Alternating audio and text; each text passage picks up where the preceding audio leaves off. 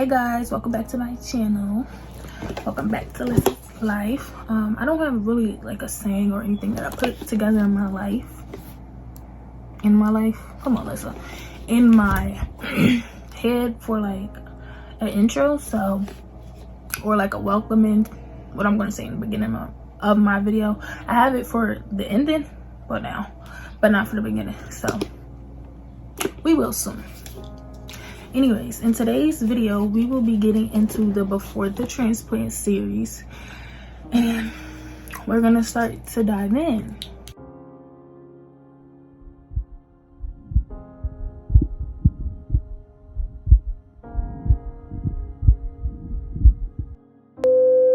Please be mindful that this is my understanding of it.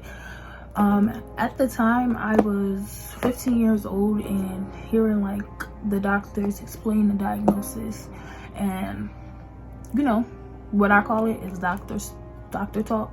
So when they explain it to me, I'd be like, run that back. But they give me papers and different things to explain everything, or give me, of course they give me the diagnosis and I can look it up, or they give me an information sheet. They were so helpful, and they are still to this day my care team. I am going to explain my story, my journey through how I understood it. I use my sweater because it's I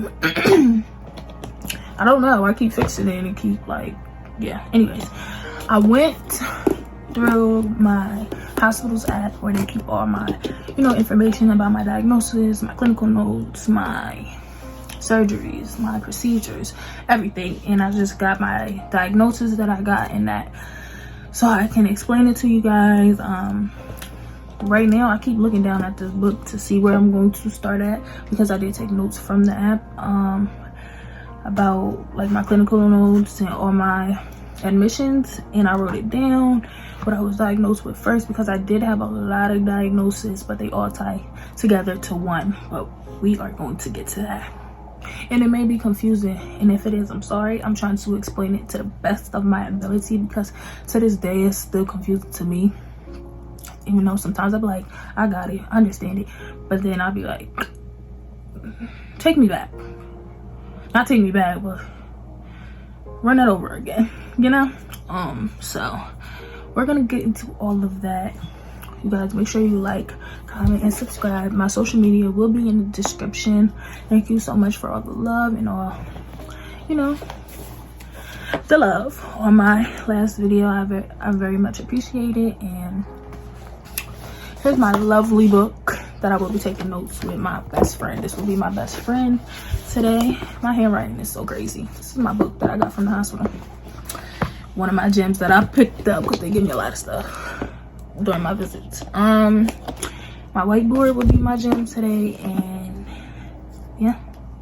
So let's get into this video. Again, make sure you like, comment, and subscribe. Follow my social medias will be in the description down below. Make sure you comment any questions. I will do a Q&A real soon. But let's get into the explaining of the video, like I told you guys I would be doing. Yeah. Okay guys, so in my last video I put clips before the transplant, and before the transplant I'm going to get into what happened on November 2019. I believe the exact date was November 20th.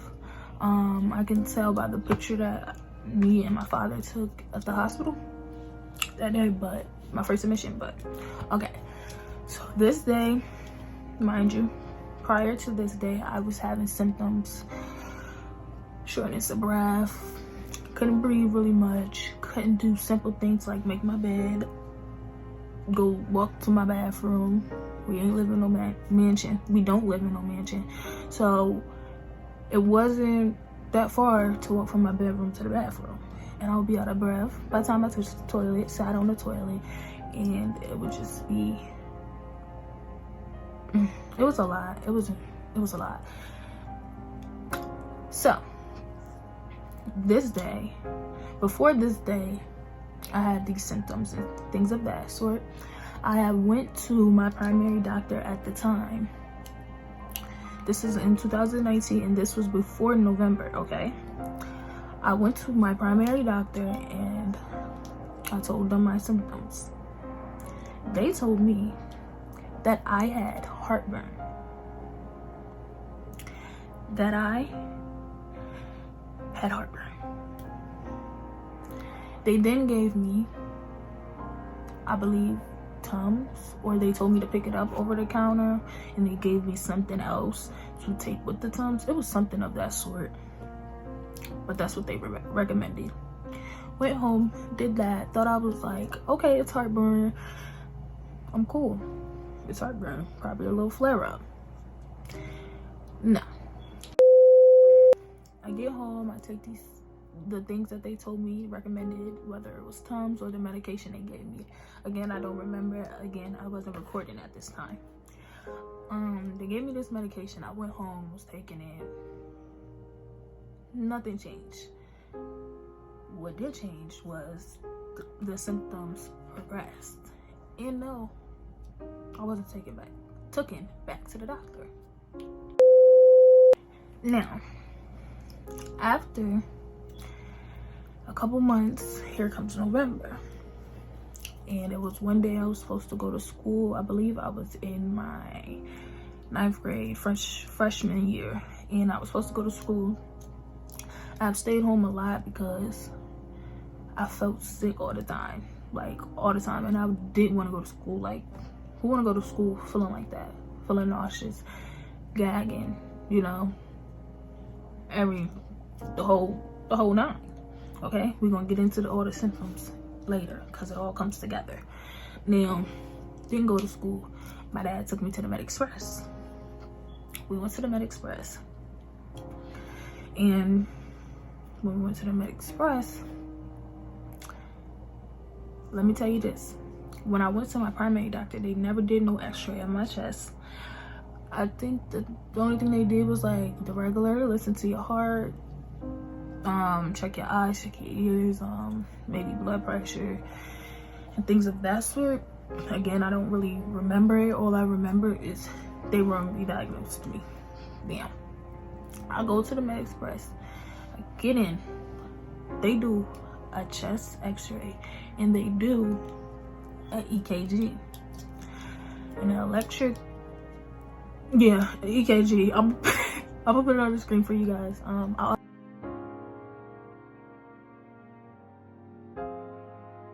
also have videos that I've done EKGs. I believe, from my understanding, and I had about, at this point in my journey, I've had about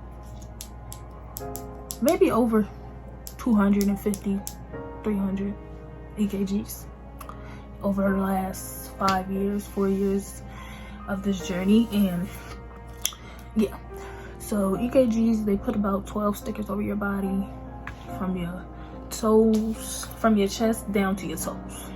So on your arms, on your chest, like above your boobs, under your boobs, on your lower legs, and then you stay still, and they take, like, it takes a picture, like it's a rhythm monitor for your heart.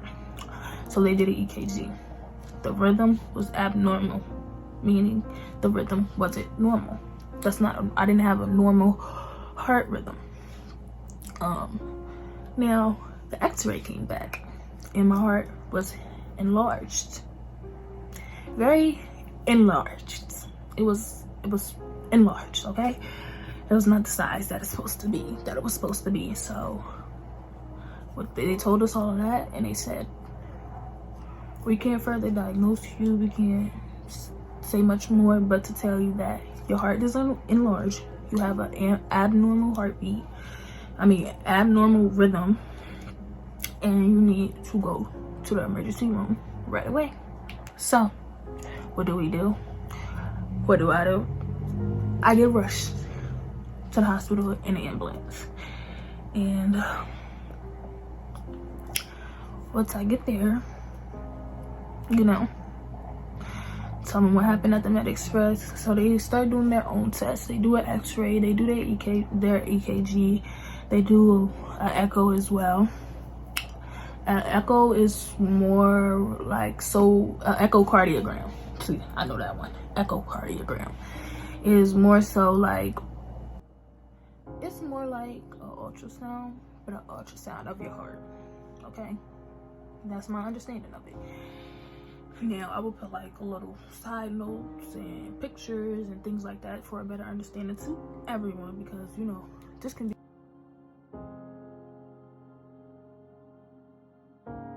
very hard to understand. Now, come on, let's boom. They do all their tests, blood tests, echocardiogram, EKG, blood pressure, oxygen, you know, every order rundown. Now after they do their course of tests and things of that sort, they say that I have a lot of levels that's elevated. They confirm that my heart is enlarged, and now I have to stay in the hospital to do a series of more tests to figure out what in the world is going on, because honey, your rhythm is abnormal, your heart is big, enlarged, and you say you having chest pains. You're going through a lot. So let's get to it.